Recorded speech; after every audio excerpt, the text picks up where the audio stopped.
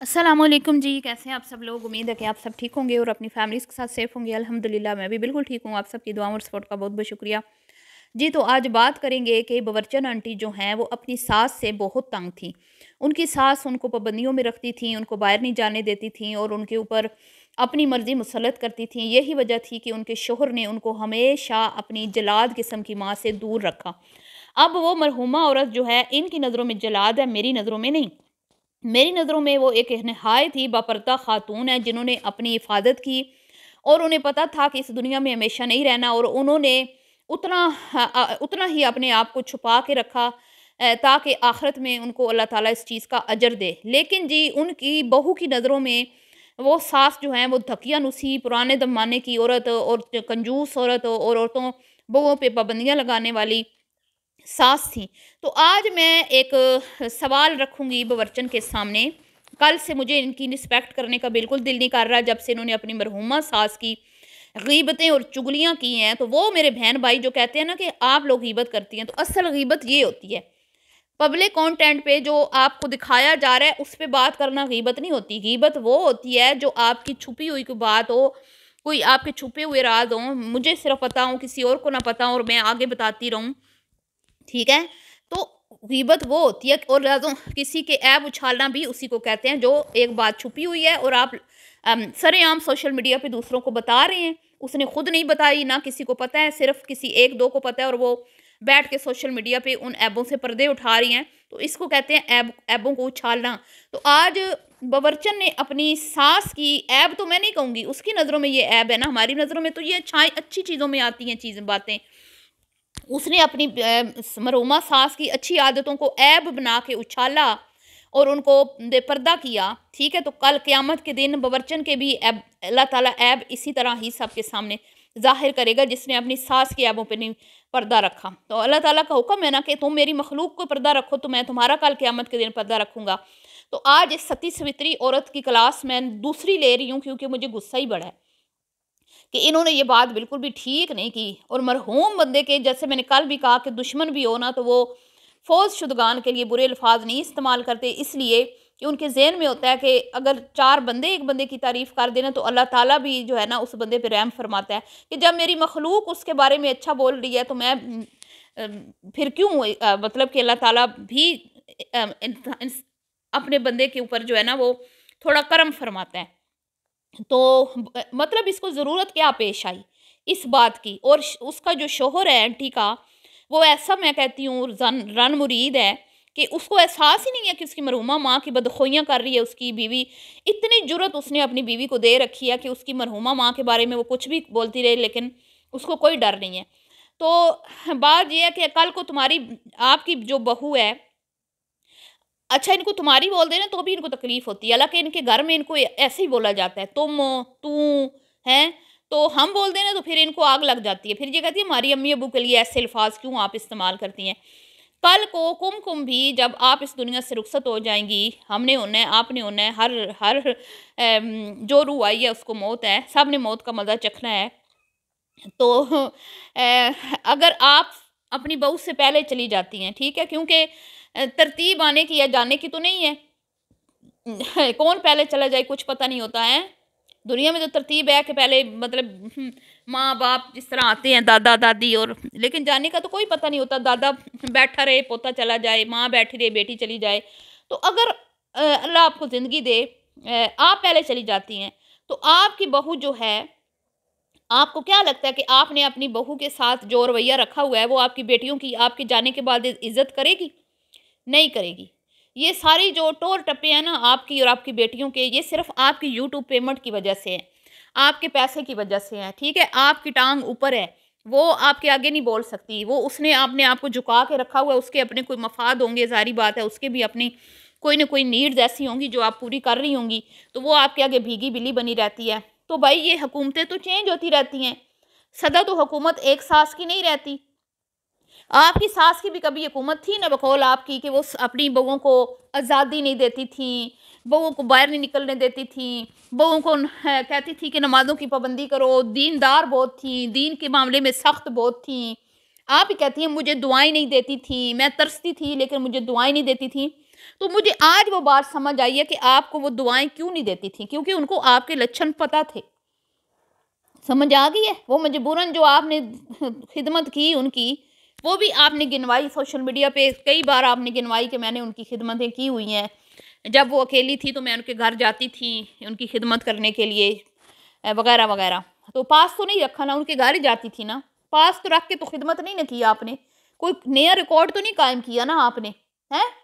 तो जनाबे अली कल कल को जब आप रुखसत हो जाती हैं तो आपको क्या लगता है कि आपकी जो बहू है अच्छी खासी तेज़ है, वो अच्छी खासी होशियार है, वो हाँ वो आपके सामने बिगी बिल्ली बनी रहती है, तो वो एक अलग बात है। वो सोशल मीडिया पे आके कहे कि भाई मेरी सास जब जिंदा थी ना, तब तक तो मेरी ज़िंदगी उसने अजीरन बनाई रखी, तब तक तो मैं खुल के सांस भी नहीं ले सकती थी, अपनी सास की इजाज़त से मुझे सांस लेना पड़ता था, मैके मुझे वो नहीं जाने देती थी, मुझे तब इजाज़त मिलती थी जब घर में कोई काम नहीं होता था, और मैके जाने से पहले मैं घर के सारे काम करके, रोटियां सेक के, हांडियां बना के फिर मैं जाती थी। और मतलब रहना तो मैं बहुत कम रहती थी, कोई कई महीने गुजर जाते थे, मैं अपनी माँ के घर नाइट स्टे नहीं करती थी, क्योंकि मेरी सास का एक अदद चैनल था और उस चैनल के लिए मेरी सास को मेरी हेल्प दरकार रहती थी। और मेरी सास को जहाँ जहाँ मेरी मदद की ज़रूरत होती थी, अगर मैं वहाँ पे नहीं होती थी तो मेरी सास के तेवर मेरे से बदल जाते थे, और फिर कई कई रोज़ मुझे अपनी वीडियोज़ में आने की इजाज़त नहीं देती थी।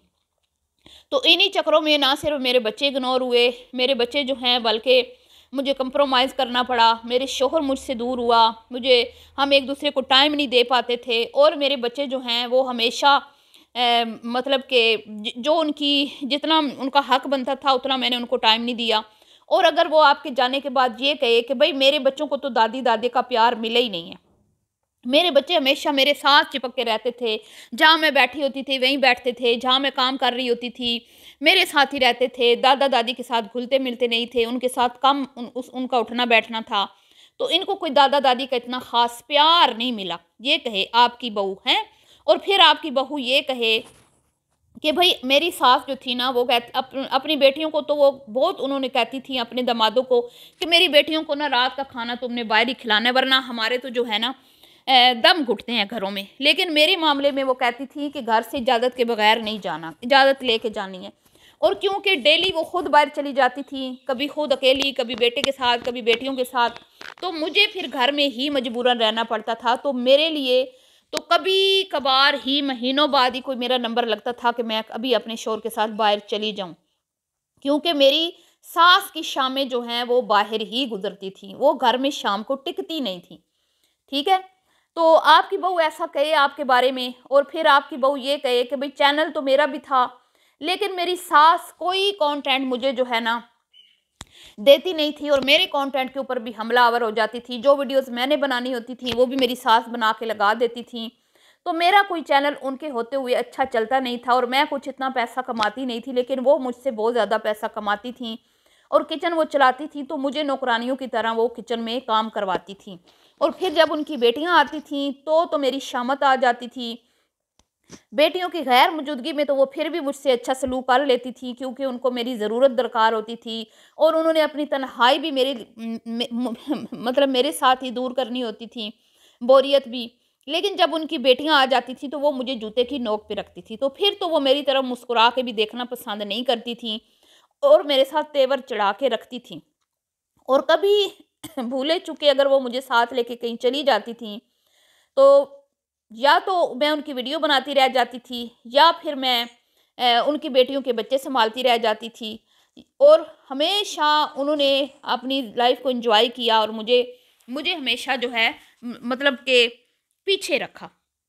कभी मुझे वो सहूलतें उनकी ज़िंदगी में मुयस्सर नहीं आई जो मुझे जवानी में चीज़ें, जो मतलब होता है कि अपनी मियाँ बीवी एक साथ वक्त गुजारें, क्योंकि हमारा कमरा नीचे था, और नीचे कमरा का ये था कि भाई कोई आ रहा है, कोई जा रहा है, कोई खा रहा है, कोई पी रहा है, वो हर एक चीज़ जो है मुझे देखना पड़ती थी। बार बार बेल होती थी तो मैं देखती थी। सासू माँ ऊपर होती थी, जब उनका दिल करता था नीचे आती थी, जब दिल करता था नहीं आती थी। बेटियों को भी ऊपर ही लेके वो बैठ जाती थी, और फिर मैं खिदमतें कर करके ऊपर नीचे आ जा कर करके मेरी हड्डियां जो हैं वो जवाब दे गई थी। साथ में वो ये भी कहे कि भाई जहाँ पे उनकी औलाद उनके साथ जाना गवारा नहीं करती थी, तो वहाँ पे वो मुझे अबाया पहना के साथ घसीट के नौकरानी बनाकर ले जाती थी। ठीक है, तो फिर आपको कैसा लगेगा है? फिर आपकी बेटियों को कैसा लगेगा कि हमारी वालदा के लिए जब कि वो अब इस दुनिया में नहीं है, तो वो इस तरह की हमारी भाभी जो है वो बातें कर रही है, तो हमें भी बुरा लगेगा। पता नहीं, मैं तो खैर आपसे पहले मर जाऊं। हो सकता है फिर कोई ऐसा हो चैनल मेरे बाद जो मतलब रिएक्शन वाली आपकी वीडियो देखती हो, जैसे अब हम देखते हैं। चले रिएक्शन वालों को तो छोड़ दें, नीचे कमेंट्स वाले तो होंगे ना जो नीचे कमेंट्स करेंगे, तो वो तो फिर सारे यही कहेंगे ना कि भाई कुमकुम तुम्हें शर्म नहीं आती, अपनी मरहुमा सास के बारे में तुम इतनी गलत बातें कर रही हो हैं। शर्म से डूब मरने का मुकाम है तुम्हारे लिए कि अगर चलो उन्होंने किया जो किया उनकी ज़िंदगी में, अब जब वो इस दुनिया में नहीं है तो तुम्हारा क्या काम बनता है कि उनके खिलाफ जहर उगलो, उनके खिलाफ इस तरह की बातें करो। तो आंटी जी खुद को भी ना अगले बंदे की जगह पे रख के सोचा करें कि कल को आपके पीछे भी आपकी बातें होनी है या नहीं होनी। आप कोई इतनी भी सती सवित्री नहीं है, कोई आप इतनी भी फरिश्ता सिफ्त औरत नहीं है, हैं? अब तो अपने मुंह से आपने तस्लीम कर लिया कि मैं अपनी बहू को अपनी इजाज़त के बगैर कहीं जाने नहीं देती। समझ आ गई है? तो आपकी सास दीनदार औरत थी और वो औरतों का घर से बाहर निकलना पसंद नहीं करती थी, तो इसमें क्या खराबी है? लेकिन आपने तो वो चक दे फटे किए, कल वो चक दे फटे किए। मुझे तो लग रहा था आपके अंदर आपकी छोटी बेटी की रूह घुस आई है, जो आपको टिकने नहीं दे रही। साथ में छोटी बेटी भी थी और बातें भी आपने सारी छोटी बेटी वाली दोहराई, जो वो करती है इस तरह की, अपनी ख्वाहिशों को मारना, ऐसे पैसे का क्या फ़ायदा, ये वो मेरा हस्बैंड ऐसे। और आंटी साहिबा कभी आप हस्बैंड की तारीफ़ों के पुल बांधती हैं जब वो आपको बाहर लेके जाते हैं, जब आप घर बना रही होती है ना, तो अक्सर आप एक बात करती हैं कि भई मेरा शौहर जो है ना, जितने मर्ज़ी मैं काम कर रही हूँ ना, वो कहता खाना बना है कि नहीं बना? तो जब तक खाना नहीं बना वो कहता तुमने किया क्या है? और जब वो आपको बाहर लेके जाते हैं तब आपका मौक़िफ़ और होता है, मेरे हस्बैंड जैसा तो कोई है नहीं, मेरे हस्बैंड जैसा तो कोई है नहीं, अल्लाह सबको ऐसे दामाद दे। तो मैं फिर यही कहूँगी कि जिस सास की आपने बुराइयाँ की हैं ना, ये उसी का बेटा है, ठीक है? लेकिन आपके बेटे को तो तौफ़ीक नहीं होती अपनी बीवी के हकूक़ अदा करने की। समझ आई? और आपकी बहू इसी तरह रोज़ाना वारी हो जाए ना, उसका भी उसके पास भी पैसा है, वो भी जा सकती है। तो बताएँ ना ज़रा फिर आप कहाँ जाएँगी? आप तो फिर रोज़ नहीं जा पाएँगी। ये दोनों मुकाबले पे जाया करो। उसका नहीं दिल घुटता, उसका नहीं दिल करता जाने को। बहरहाल जी, मिलती हूँ नेक्स्ट वीडियो में। दुआओं में याद रखिएगा। अल्लाह हाफ़िज़।